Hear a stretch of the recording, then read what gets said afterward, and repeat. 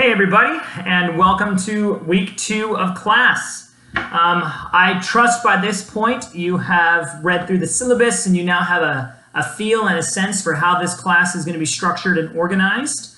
One of the things I just want to stress right from the beginning is your discussion boards. Make sure that you are following the directions for those discussion boards explicitly. You need to make sure that you've got a clearly stated thesis or some kind of statement about what it is you're doing, followed by a conclusion at the end.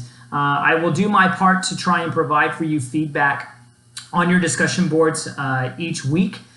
They are normally due by Thursday at 11:59 p.m. and then you'll need to respond to another student by Sunday at 11:59 p.m. And your responses have to go beyond just a basic summation of what the person said. You need to go beyond just stating that you agree with them or that you like what they have to say. What you want to do is to provide a well-structured response which provides more content, new perspectives or points of view. Perhaps you critique a particular argument made. However, if you do critique an argument, please make sure that you do so in a non-threatening way. Make sure that you critique the argument and not necessarily the person making the argument. But just bear all that in mind. But for this week, we are going to begin looking at the colonial era, the period of English colonialism. And as you've probably been told, there were originally 13 colonies that would eventually come to make up the United States. For the want of time, I don't have the ability to go through each and every single one of the colonial experiences of all the 13 colonies. So what we're going to do is provide kind of a smattering and take a look at 2 of them.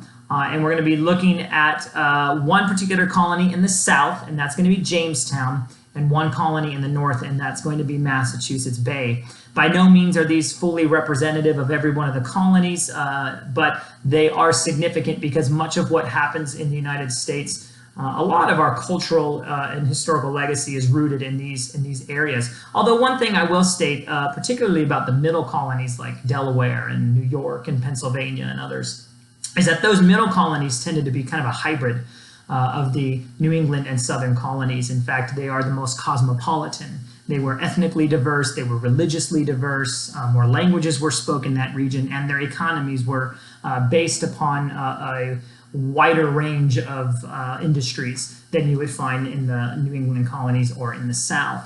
But that stated, we are going to take a look at these 2 colonies. Now, the type of colonialism that existed in the colonies is something known as settler colonialism. This is basically the idea that Europeans came to what they called the New World. They saw it as a frontier, they saw it as an uncivilized place, and when they arrived, they basically saw the land as belonging to themselves. And so they took an inherent sovereignty over the land and basically created their own institutions, religious, educational, political institutions, and basically moved any indigenous peoples who happen to be living on the land, moved by physically moving them from one location to the next, or unfortunately, as some scholars would argue, enacted genocide among people.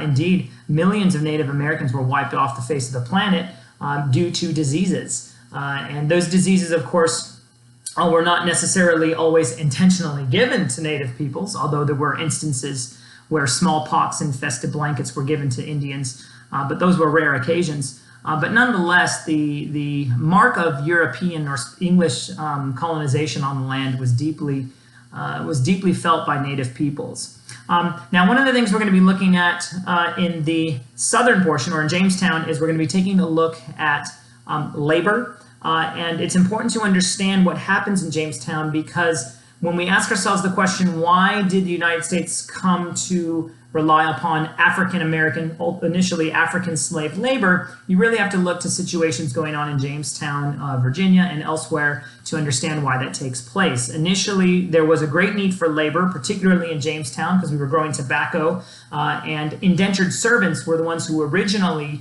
worked the land. But an indentured servant, as you will find out, eventually goes free.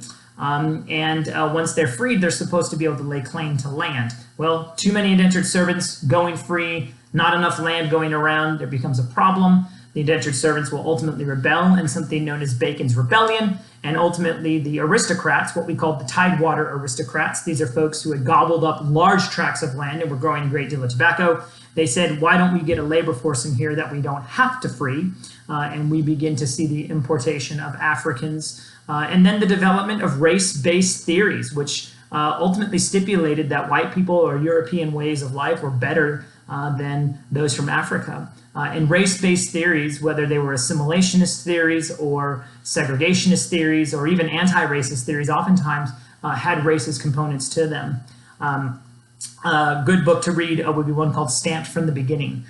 Very, very good look at that. So that's what we're looking there, and then we're going to go to New England, take a look at the Puritans and their attempt to establish a quote-unquote city upon a hill in Massachusetts. And we'll take a look at the way in which their religious convictions ultimately shaped their social convictions and their familial convictions. And then we'll take a case study and assess the Salem witch trials. So that's what we have going on this week. If you have any questions or what have you, contact me. I'll get back to you just as soon as I can. Otherwise, that's what I have for you. So I will leave you as I always will with, go in peace, be warm and filled. May the force be with you. Live long and prosper, and may the odds forever be in your favor. Have a blessed week, guys.